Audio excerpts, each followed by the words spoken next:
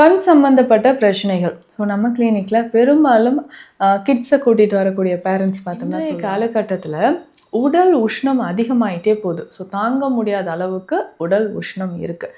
So இந்த மாதிரி உடல் உஷ்ணம் அதிகமாகும்போதும் கண்கள்லையும் நமக்கு பிரச்சனை ஏற்படுது. கண் நரம்புகள் நமக்கு பாதிக்கப்படுது. எல்லாமே நம்ம சரி செய்யறதுக்கு நம்ம உடலில் இருக்கக்கூடிய நரம்புகளை வலிமைப்படுத்துவதற்கும் நிறைய வழிமுறைகள் இருக்குது. இதில் தான் நம்ம தப்பலம் அப்படின்னு சொல்லக்கூடிய ஒரு மருத்துவ முறையை சித்தர்கள் நமக்கு சொல்லி இந்த மூன்றும் எடுத்துக்கிறோம்.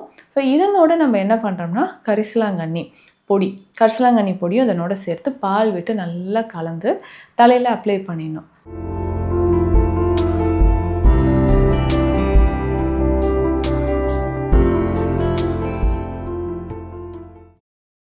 வணக்கம், நான் டாக்டர் நித்யா, சித்தா ஃபிசிஷியன், ஆதம்பாக்கம், சென்னை.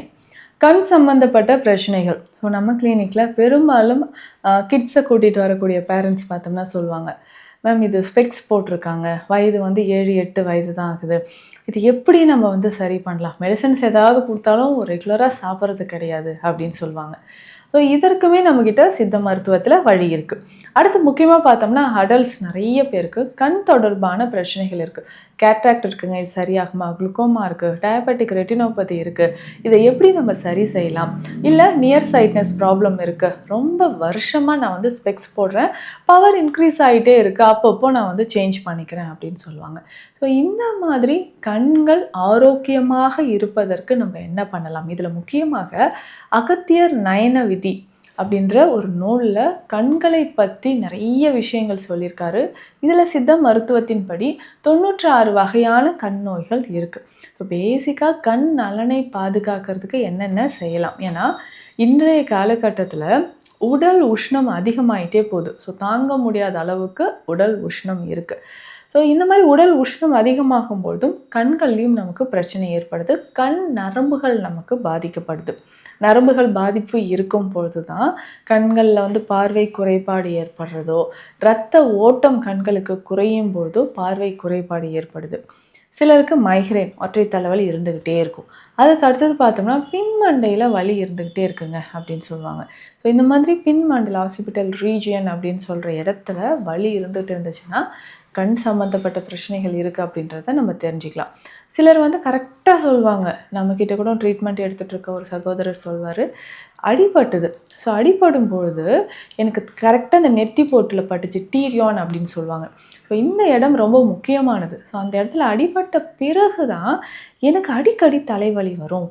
திடீர்னு எனக்கு நார்மலாக இருக்கிறேன், இல்லை கொஞ்சம் டென்ஷன் ஆனாலும் வெயிலில் போனாலும் மூக்கிலேருந்து ரத்தம் வர மாதிரி இருக்கும். அந்த டைம்லேருந்து கொஞ்சம் கொஞ்சமாக எனக்கு கண் பார்வை குறைபாடு ஏற்பட்டுச்சு அப்படின்னு சொல்லுவாங்க.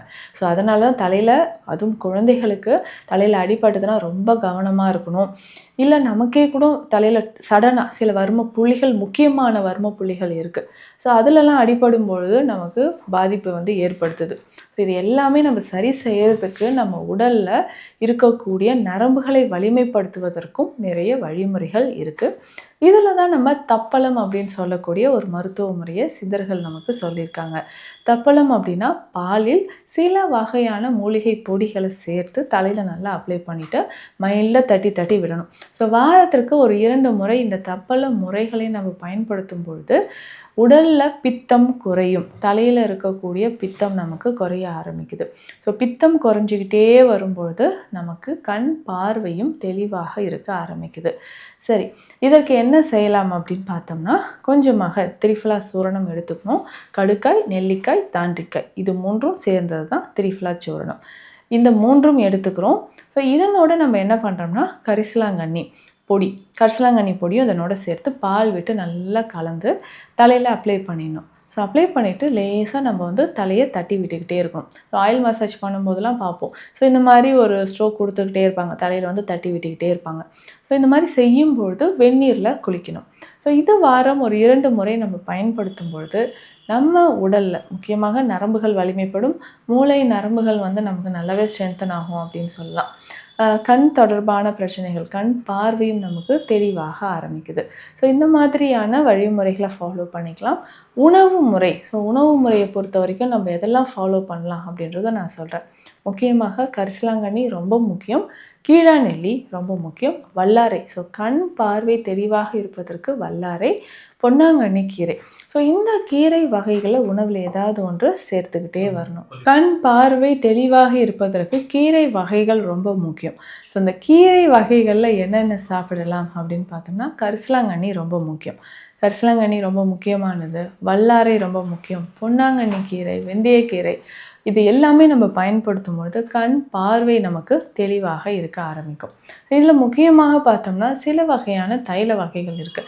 ஸோ கண்களை சுற்றி நம்ம அப்ளை பண்ணக்கூடிய தைல வகைகள், இந்த கண்களில் விடக்கூடிய தைல வகைகள். ஸோ கண்களுக்கான தைல வகைகளை பயன்படுத்தும் பொழுது மருத்துவரை ஆலோசனை செய்துட்டு அதுக்கப்புறம் நீங்கள் பயன்படுத்துங்க. ஸோ எக்ஸ்டர்னலாக நம்ம கண்களை சுற்றி தடவக்கூடிய தைல வகைகளில் பேசிக்காக பார்த்தோம்னா நமக்கு ஆமணக்கு எண்ணெய் பயன்படுது. Castor oil. ஸோ இரவு தூங்கும் பொழுது சில துளிகள் கேஸ்டர் ஆயில் எடுத்து கண்களை சுற்றி நல்லா அப்ளை பண்ணிவிட்டு நம்ம தூக்கம் எடுக்கணும். ஸோ இந்த மாதிரி தூங்குறதுக்கு முன்னாடி நம்ம பயன்படுத்திகிட்டே வந்தோம்னா கண்கள் நமக்கு குளிர்ச்சி அடைய ஆரம்பிக்கும். அதே மாதிரி கண் பார்வை தெளிவாக இருப்பதற்கு திரிஃபலா நெய் நமக்கு பயன்படுது. ஸோ திரிஃபலா நெய்யை நம்ம பயன்படுத்தும்போது கண் பார்வை கொஞ்சம் கொஞ்சமாக தெளிவடைய ஆரம்பிக்கும். திரிஃபலா நெய்யும் என்ன பண்ணோம்னா கண்களை சுற்றி நம்ம அப்ளை பண்ணிட்டு வரணும். ஸோ கண்களை சுற்றி நம்ம அப்ளை பண்ணும்போது கொஞ்சம் கொஞ்சமாக நம்ம கண் பார்வை தெளிவடைய ஆரம்பிக்கும். உடலில் இருக்கக்கூடிய அந்த கழிவுகள் வெளியேறும். கண்கள் நமக்கு நார்மலாக கண் நரம்புகள் தெளிவாக இருக்கும். ஸோ இந்த மாதிரியான மருந்துகளை எடுத்துக்கலாம். இதில் முக்கியமாக நேத்திரப்பூண்டு தைலம், சீதேவி செங்கழுநீர் தைலம், இது எல்லாமே கண்களில் இருக்கக்கூடிய பிரச்சனைகளை குணமாக்கக்கூடியது. இதில் முக்கியமாக பார்த்தோம்னா நொச்சி, சுக்கு தைலம், இதையும் நம்ம பயன்படுத்தலாம். எதற்குன்னா நம்ம குளியலுக்கு. ஸோ தலை முதல் நம்ம உடலில் நல்லா அப்ளை பண்ணிவிட்டு குளியலுக்காக இந்த தைலங்களை நம்ம பயன்படுத்தும்பொழுது நல்ல ஒரு முன்னேற்றம் தெரியும். ஸோ நம்ம வாரம் ஒரு 2 முறையாவது இந்த தைலங்களை நம்ம எடுத்து அப்ளை பண்ணிக்கிட்டே வரணும். ஏன்னா இரவு நேரத்தில் ரொம்ப நேரம் ஸ்க்ரீன் பார்க்குறவங்க இருப்பாங்க. ஸோ மானிட்டர்ஸ் பார்த்துக்கிட்டே இருக்கிறோம், ஸ்க்ரீன் பார்த்துக்கிட்டே இருக்கிறோம். ஸோ டே அண்ட் நைட் இந்த பிரச்சனை நமக்கு இருக்குன்னா இதை நம்ம கண்கள் ரொம்ப ட்ரைனஸாக ஆக ஆரம்பிக்கும். ஸோ கண்களில் வறட்சி தன்மை இல்லாமல் இருப்பதற்கு இந்த தைல வகைகளை நம்ம பயன்படுத்தலாம். இந்த மருந்து வகைகளும் பயன்படுத்தலாம். உணவு முறையில் முக்கியமாக பார்த்தோம்னா மரமஞ்சள், மரமஞ்சள் சார்ந்த மருந்துகள் நமக்கு பயன்படுது. இதில் மரமஞ்சளை நம்ம கஷாயமாகவோ இல்லை நம்ம தினந்தோறும் ஆயில், ஸோ எண்ணெய் மாதிரியோ எடுத்து பயன்படுத்திட்டு வரலாம். ஸோ இந்த மாதிரி பயன்படுத்திக்கிட்டு வரும்போது கண்களுக்கு ஒரு ரெஸ்ட் நமக்கு கிடைக்க ஆரம்பிக்கும். ஸோ இதை நம்ம பயன்படுத்தலாம். இதனோடு சேர்த்து நெய் வகைகள், நெய் வகையான மருந்துகள், அஸ்வகந்தா நெய் ரொம்ப முக்கியம். தண்ணீர் விட்டா நெய் நம்ம பயன்படுத்தலாம். வல்லாரை நெய், கரிசாலை நெய். ஸோ இந்த மாதிரி நெய் மருந்துகளை நம்ம பயன்படுத்தும் பொழுது கொஞ்சம் கொஞ்சமாக உடலில் இருக்கக்கூடிய நமக்கு பித்தம் குறைய ஆரம்பிக்கும். உடல் உஷ்ணம் நமக்கு குறைய ஆரம்பிக்கும். ஸோ இதெல்லாமே குறைந்தாலே நம்ம உடலில் கண் பார்வை நமக்கு தெளிவாக இருக்கும். ஸோ ரொம்ப நேரம் ஸ்க்ரீன் பார்க்குறவங்களா இருந்தீங்கன்னா நம்ம என்ன பண்ணணும்னா இந்த மாதிரி இரவு நேரத்தில் கண்களை சுற்றி நம்ம விளக்கெண்ணெயோ திரிஃபலா நெய்யோ நம்ம பயன்படுத்திட்டு கீரை வகைகளும் பயன்படுத்தலாம். ஏன்னா இன்னும் நிறைய பேருக்கு இந்த ஸ்பெக்ஸ் போட்டே இருப்பாங்க இல்லையா, இதை எப்படிங்க ரிமூவ் பண்ணலாம்? இதற்கான ஸ்பெஷல் மெடிசன்ஸ் நம்ம கொடுத்துட்ருக்குறோம். ஸோ மெடிசன்ஸை ஃபாலோ பண்ணும்போது கொஞ்சம் கொஞ்சமாக நம்ம சொல்லக்கூடிய உணவு முறைகள், சின்ன சின்ன எக்ஸசைஸ் நம்ம பண்ணும்போது கண் பார்வை மீண்டும் தெளிவடைய ஆரம்பிக்கும். ஸோ இந்த பதிவில் சொல்லியிருக்கக்கூடிய விஷயங்கள் உங்களுக்கு யூஸ்ஃபுல்லாக இருக்கும்னு நினைக்கிறேன். சித்த மருத்துவ ஆலோசனைகளுக்கு ஸ்க்ரீனில் இருக்கிற நம்பருக்கு காண்டாக்ட் பண்ணுங்கள். Deekshalayam Siddha health care, Adambakkam, Chennai.